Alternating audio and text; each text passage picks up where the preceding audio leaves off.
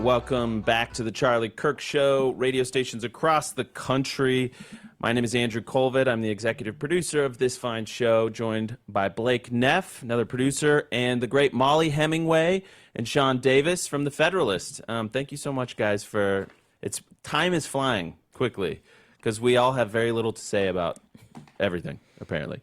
And this hour, I think we're going to kind of transition. We've been talking about in the stream for radio's sake, we've been talking about what they did to Justice Kavanaugh and how there is, essentially the person that had tried to, the would-be assassin gets 8 years, very minimal sentence. DOJ is going to be appealing that, by the way.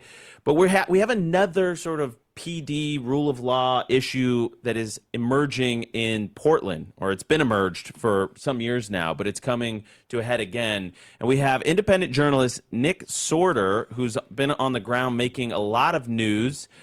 Nick, are you there? Hey, there you are. Yeah. Yep, I'm here. I am in the car, though, because if I'm not in the car, I will just be attacked for talking. So that's why I'm doing this from the car this time. I was trying to do it on the street like I did Laura Ingram's show from the street last week, which resulted in people having to physically remove the Antifa terrorists that were trying to come at me. So I'm going to be careful about where I do interviews at this point.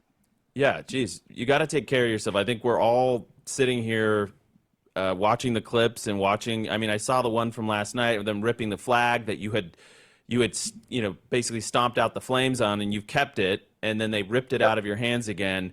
And we're all thinking, please, Nick, stay safe. Yeah, and you can see this is actually the incident. This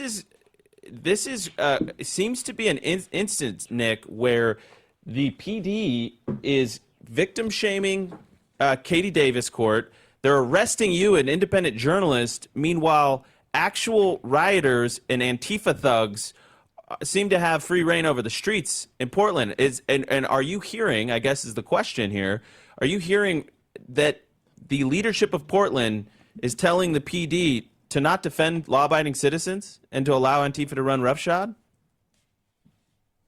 Oh, yeah, absolutely. They're getting orders from the top to basically just allow these Antifa thugs to do whatever they want to, because I mean, just to be totally honest with you, the Portland Police Department has been, cucked, I guess, by Antifa. They are afraid of Antifa. And, I had an officer that was actually, can't say too much about him, but he's a Portland cop that is very thankful for what I've been able to expose so far. He's tired of the rot within the organization and basically how they have to cede their power to these Antifa thugs every single day, right? It's demoralizing for the police, for the regular police officers that really want to fight crime and really do the right thing.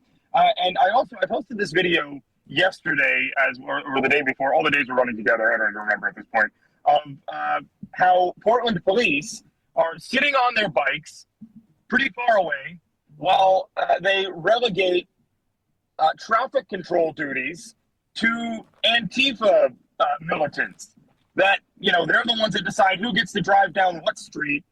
They'll block the road and not even let people like the workers at the spaghetti factory aren't able to get to their jobs at this point because there's only one road to get to a lot of these restaurants and businesses, and it's the one that they shut down, except, they allow their own people to get through, of course. I mean, it's like, It's total mob rule out here in Portland, like no other city in the United States.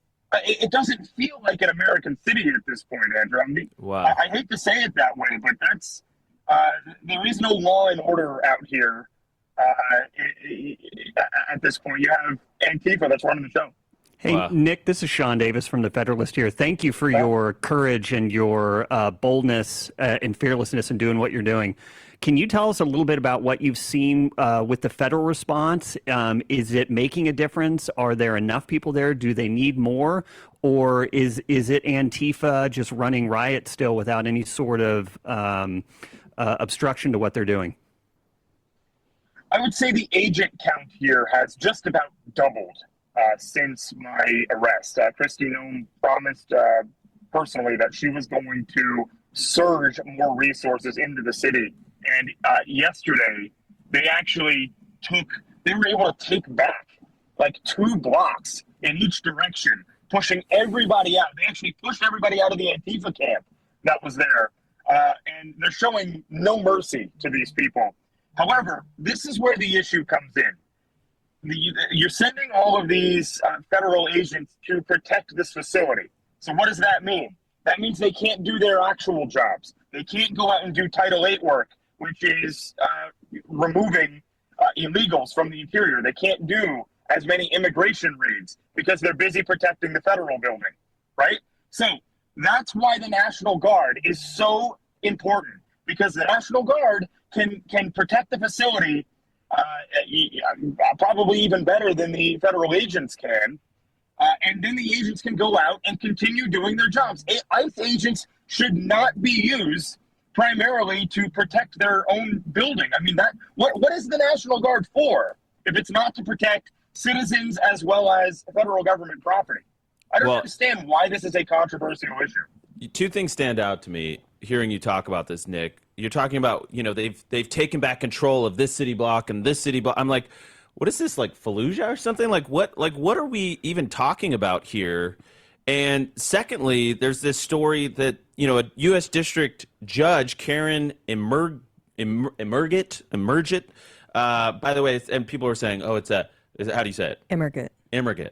So it's saying that this is like a Trump judge. Well, no, it was a blue slip judge, which means, chosen by the Democrat senators of Oregon, but basically, has put a stay on the deployment of National Guard troops. And I think California, I saw again, Gavin Newsom was celebrating this ruling. This obviously will get appealed. Trump has every right to deploy National Guard troops to support and defend federal facilities. But this is I wouldn't say we're at Civil War territory. I know a lot of people do think we're at. I would definitely say we're at Whiskey Rebellion territory, where we're having to subdue these uprisings, and that's really what it seems like, Nick. Is that you are surviving an uprising, a domestic uprising? Yeah, that's sort of what it feels like at this point. But it doesn't need to be. This could very easily be quelled. I don't understand why we can't have, if Oregon and California are pushing back so hard on having their guard be used, why are we blocking, or not we, but why is a judge blocking Governor Abbott, who wants to send Texas National Guard to protect the federal facility? Why is that not allowed?